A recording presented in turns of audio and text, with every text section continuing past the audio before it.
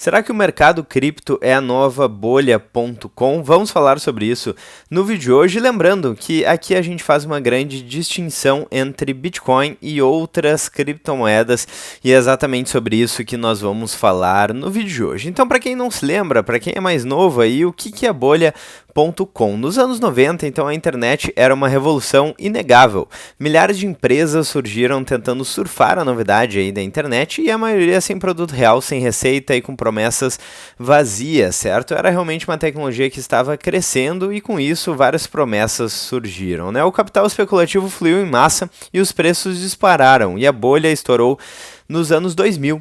Então, a imensa maioria das empresas desapareceu, mas aquelas que ficaram, então Amazon, Google e Facebook são as grandes empresas de hoje em dia, são as maiores empresas, aliás, do mundo. Então, a bolha destruiu as promessas falsas, mas consolidou as ideias verdadeiras, né? A internet não morreu. O que ficou foram as verdadeiras inovações. E falando agora sobre a bolha cripto e as shitcoins, né? Basicamente, hoje as shitcoins repetem o mesmo padrão. São milhares de tokens com propósitos vagos, promessas tecnológicas duvidosas e projetos sem fundamentos econômicos. Diga de passagem, diferentemente do Bitcoin, que tem aí um papel muito claro de substituir, ser o novo dinheiro, aí, o novo sistema financeiro global. Vamos falar sobre isso também. Então, apenas marketing, hype e especulação acaba rondando esse mercado de shitcoins. Elas captam investidores que não entendem o que estão comprando e, inevitavelmente, a maioria irá a zero.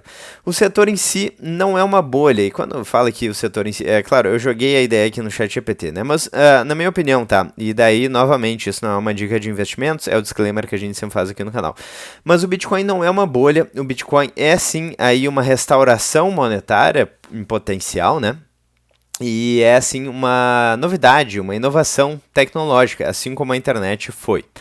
E talvez o Bitcoin então seja a Amazon das criptos, digamos assim. Eu coloco o Bitcoin em uma categoria diferente, né? Então o Bitcoin é a verdadeira inovação. Ele resolve o problema do dinheiro, algo que nenhuma empresa.com sequer tentou, né? Então agora que a gente já tem aí a revolução de fato, ou digamos assim, a inovação das empresas.com, então qual será o dinheiro da internet, né? Qual será o dinheiro nativo da internet? Porque, por exemplo, antigamente, eu não sei se vocês se lembram, mas existiam as locadoras, né? Onde a gente ia lá e alugava a fita ou o DVD físico e assistir em casa. Hoje em dia a gente não precisa mais porque existe a Netflix, existem plataformas de streaming e por aí vai, né? Antigamente tinham as enciclopédias, hoje em dia a gente tem o Google, a gente tem a Wikipedia, a gente tem a inteligência artificial. Então basicamente o mundo ele se digitalizou, então é relativamente natural esperar que o dinheiro ele passe por essa digitalização, que a gente tenha um dinheiro nativo da internet e esse pode ser o Bitcoin. Então o Bitcoin, além de ser o dinheiro nativo da internet, ele resolve aí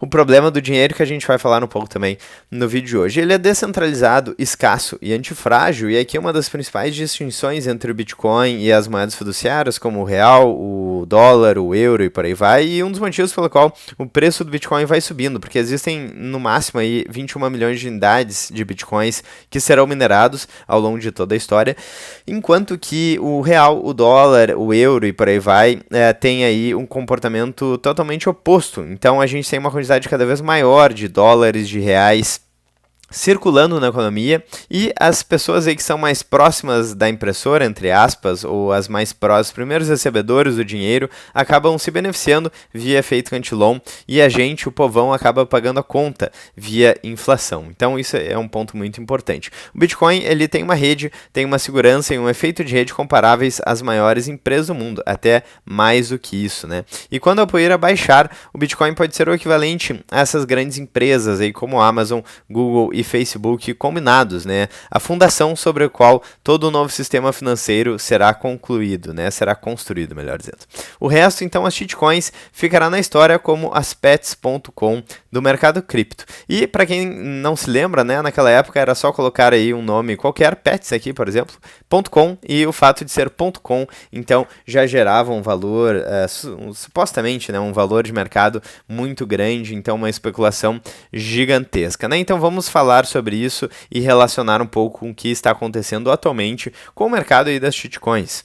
E antes de começar aqui a mostrar este gráfico, eu gostaria de lembrar que se você curte o conteúdo do canal, já deixe seu like, clique no sininho, inscreva-se no canal e também considere fazer parte da área de membros, porque somos um canal independente, a gente quer levar aí essas ideias de liberdade econômica, financeira, mais para frente, né, para cada vez mais pessoas, e a gente depende da sua ajuda por apenas R$ 7,99, que é o menor aí valor para a área de membros. Você já consegue contribuir financeiramente com o canal e ajudar a levar essas ideias para frente. Dito isso, então, aqui a gente tem um gráfico de dominância do Bitcoin. E olha só que interessante, a dominância do Bitcoin caiu bastante ali na fase de 2017, quando a gente teve ali a bolha das shitcoins, né? Então a gente teve inúmeras shitcoins surgindo, então essa relevância aí das criptomoedas acabou aumentando. E desde então o Bitcoin voltou a aumentar aí a sua relevância, e aqui a gente tem então três linhas. A relevância, a dominância, digamos assim, do Bitcoin. Então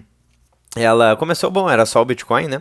E depois foi caindo, até que chegou no auge em 2017, quando a dominância do Bitcoin era de apenas 40%. Algumas pessoas até achavam que o Ethereum ia passar o Bitcoin. Isso claramente não aconteceu. A gente teve aí a valorização do Bitcoin e a queda da relevância, não só das outras shitcoins, mas da Ethereum também, que é a top 2 aí no mercado. E o que é interessante aqui é que quando a gente vê outros, beleza, outros ficou mais ou menos numa linha reta, né? Perdeu relevância, mas não perdeu tanto. Só que olha só o que acontece. Hoje em dia existem 26 milhões de criptomoedas monitoradas. E esse número ele vai crescendo. Aí, por exemplo, nos últimos 30 dias foram criadas aqui 1.714.287 criptomoedas. Então tem uma quantidade cada vez maior de shitcoins para um valor determinado, né? 20 e alguma coisa por cento do Bitcoin, e temos um número cada vez maior de moedas. Então aqui a gente tem